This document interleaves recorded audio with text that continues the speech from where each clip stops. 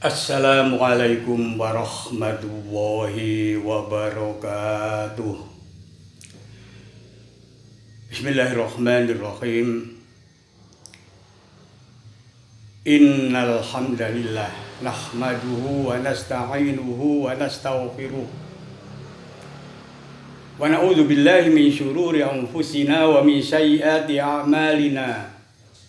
May yahdihillahu fahuwal muhtadi wa may yudlil falan tajid lahu waliyyan mursyida. Asyhadu an la ilaha illallah wa asyhadu anna Muhammadar Rasulullah. Allahumma sholli ala sayyidina Muhammadin wa ala ali sayyidina Muhammadin. Rabbi shrah li sadri wa yassir li amri wahlul 'uqdatam min lisani yafqahu qawli. Amma ba'du, ma'asyiral muslimin rahimakumullah. Para pemirsa si mulia Allah Subhanahu wa taala.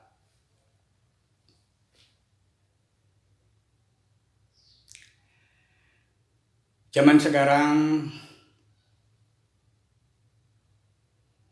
di zaman digital seperti sekarang ini, dampak sebuah kebohongan, sebuah riba, sebuah fitnah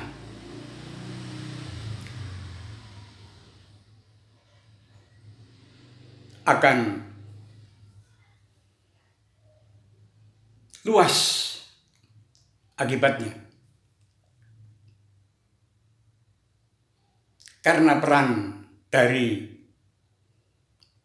medsos atau media sosial begitu besar. Masyarul muslimin rahimakumullah. Seseorang yang membicarakan keadaan orang lain dengan benar, tetapi orang lain yang dibicarakan keadaannya itu tidak suka atau tidak rela, maka itulah yang namanya riba. Seseorang yang membicarakan keadaan orang lain, tetapi keadaan orang lain tersebut tidak seperti yang dibicarakannya, maka itulah fitnah. Seseorang yang membicarakan diri sendiri atau keadaan diri sendiri, tetapi tidak sesuai dengan kenyataannya, tidak sesuai dengan faktanya, maka itulah kebohongan. Istilah sekarang, hoax. Kebohongan,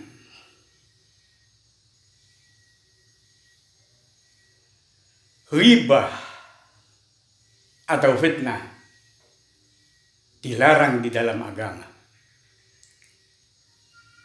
Oleh karena itu, kebohongan termasuk kategori maksiat. Riba apabila dilakukan termasuk kategori maksiat. Apalagi fitnah apabila dilakukan termasuk kategori maksiat. Karena keseluruhannya dilarang oleh Allah Subhanahu wa taala. Lebih-lebih fitnah, al-fitnatu asaddu qatl, begitu kata Al-Qur'an. Fitnah itu lebih besar dari pembunuhan. Fitnah itu lebih kejam dari pembunuhan. Al-fitnatu asyaddu minal qatl. Masyarul muslimin rahimakumullah, para pemirsa yang mulia Allah Subhanahu wa taala. di dalam budaya digital semacam sekarang ini, kebohongan, ghibah maupun fitnah sudah tidak terasa lagi sebagai sebuah kemaksiatan. Bahkan untuk kalangan tertentu, ketiga kemaksiatan tersebut digunakan untuk mencapai sesuatu hasil, digunakan sebagai sebuah strategi dan dianggap sebagai strategi yang baik. Padahal itu semuanya tidak baik.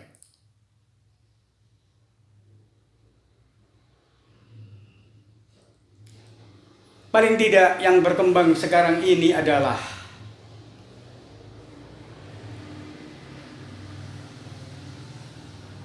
percampuran, pencampur adukan kebenaran dan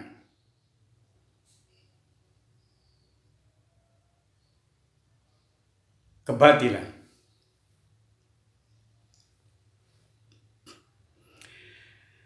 Ketika kebohongan,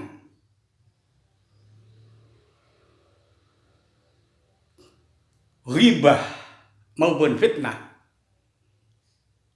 sudah tidak dipandang sebagai suatu kemaksiatan,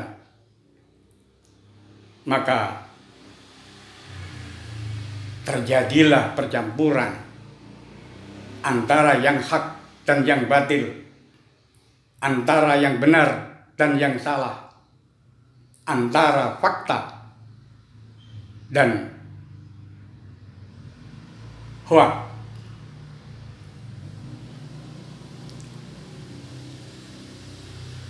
Kita merasakan betapa sebuah kebatilan diberikan argumentasi yang sedemikian rupa sehingga terasa sebagai kebenaran, sebagai hak. Demikian juga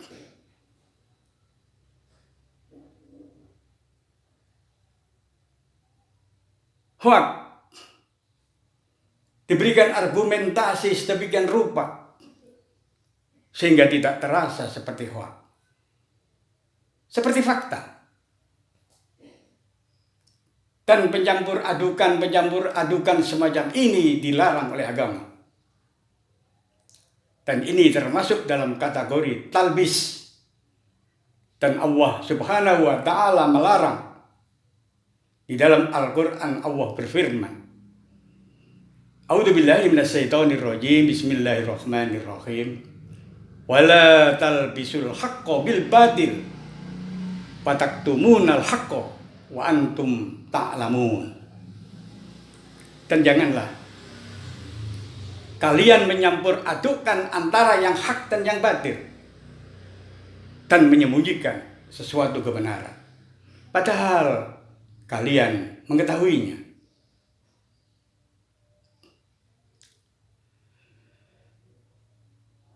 Surat An-Nahl ayat 43.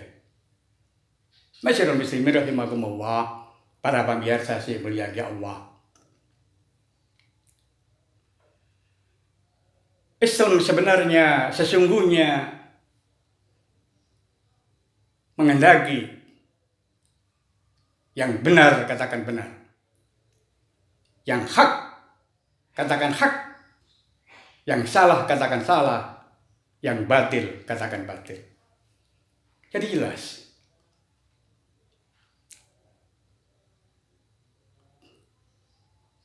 Dengan begitu, pengaruh yang kita timbulkan dengan kejujuran seperti itu akan berdampak positif. Sebaliknya, talbis atau pencampur adukan antara yang hak dan yang batil berdampak negatif, berdampak terjadinya kebingungan kebanyakan orang terhadap sesuatu, apakah benar atau salah.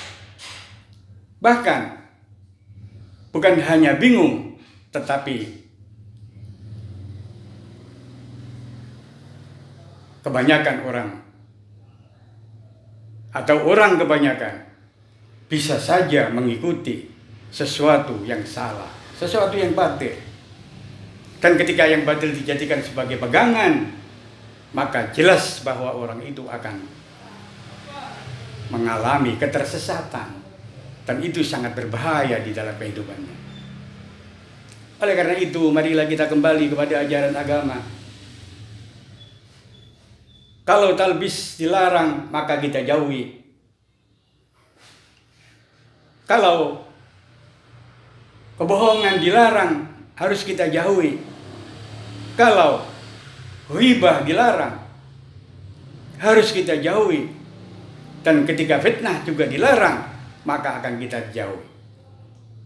Karena sesuatu kemaksiatan apabila kita lakukan, bukan hanya dampak kepada orang lain yang buruk, tetapi dampak kepada diri sendiri juga buruk. Paling tidak, orang yang melakukan kemaksiatan semacam itu tanpa disertai dengan istighfar atau tobat, maka dia akan disiksa oleh Allah, bahkan menjadikan dirinya akan muflis atau bangkrut.